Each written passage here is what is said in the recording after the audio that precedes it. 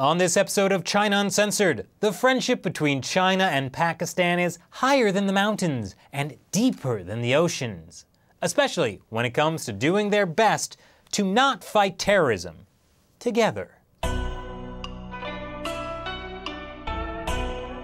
Hi, welcome to China Uncensored. I'm your host, Chris Chappell. Pakistan, a beautiful country that borders China and India, and is, unfortunately, home to a lot of terrorists. As you may know from reading the news or watching Zero Dark 30, Osama bin Laden was hiding in Pakistan until his villa was raided by Navy SEALs. So it's no surprise that another violent organization with ties to Al-Qaeda is also based partly in Pakistan, jaish-e-mohammed, or JEM. According to the U.S. government's National Counterterrorism Center, JEM has openly declared war on the United States. A JEM member may have been involved in the killing of an American journalist in 2002.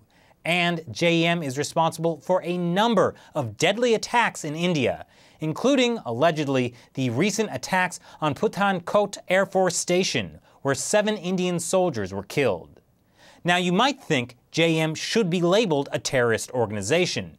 And in fact, the United Nations would agree. JEM is an organization that has been declared a terrorist organization way back in 2001 by the United Nations. But you know who's apparently not a terrorist? The leader of JEM, Masood Azhar.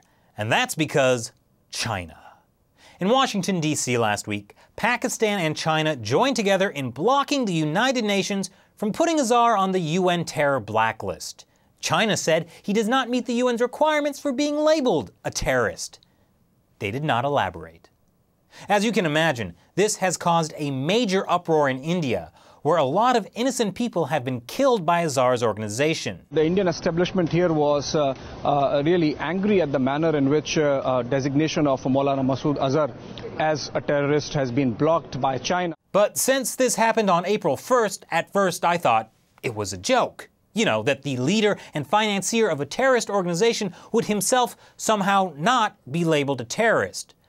But apparently, China doesn't joke around. But wait a second, doesn't Pakistan want to get rid of terrorists too? Well, it's complicated. Partly it has to do with Kashmir. Not this Kashmir, this Kashmir. Pakistan, India, and to some degree China all have competing claims to this region. Since the partition of India in 1947, India and Pakistan have fought not one, but 3 wars over Kashmir. And over the years, Pakistan has trained militants to fight on its behalf, like the ones who later formed JEM. JEM's goal is to take back Indian-controlled Kashmir. They're, freedom fighters. See, the Pakistani government doesn't support terrorism. It's just that not everyone agrees on who's a terrorist. I mean, China calls this guy a terrorist. And because JEM is helping stake Pakistan's claim in Kashmir, the Pakistani government isn't really trying too hard to get rid of them, even though many people in the government don't like JEM's tactics. So why would China support Pakistan on protecting JEM's leader? Because China and Pakistan are besties.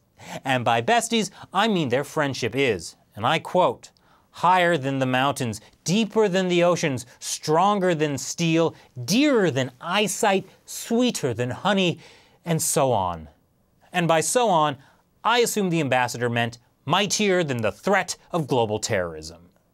So why are China and Pakistan so close? Well, they've been friends for a long time. In 1950, Pakistan was one of the first nations to recognize the CCP's rule of China and to break ties with Taiwan. And you know what else makes for great political friendships? Money. China is Pakistan's second largest trade partner and a huge investor in Pakistani infrastructure and shipping routes. The two countries trade roughly $10 to $12 billion a year as of 2013.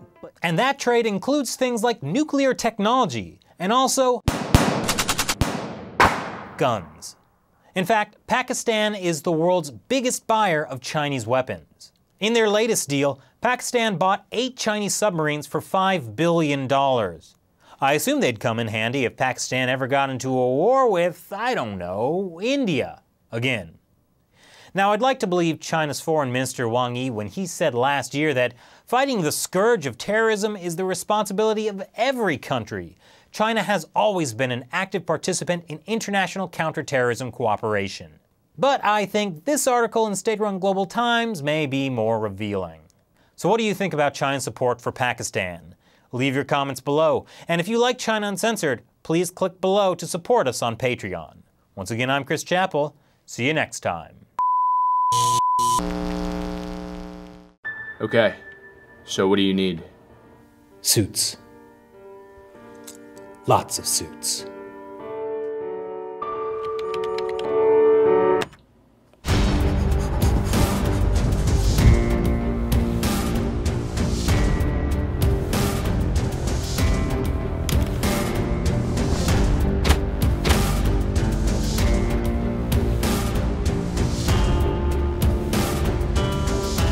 Wait, who is this? Mania, official clothing sponsor of China Uncensored. ManiaSuit.com.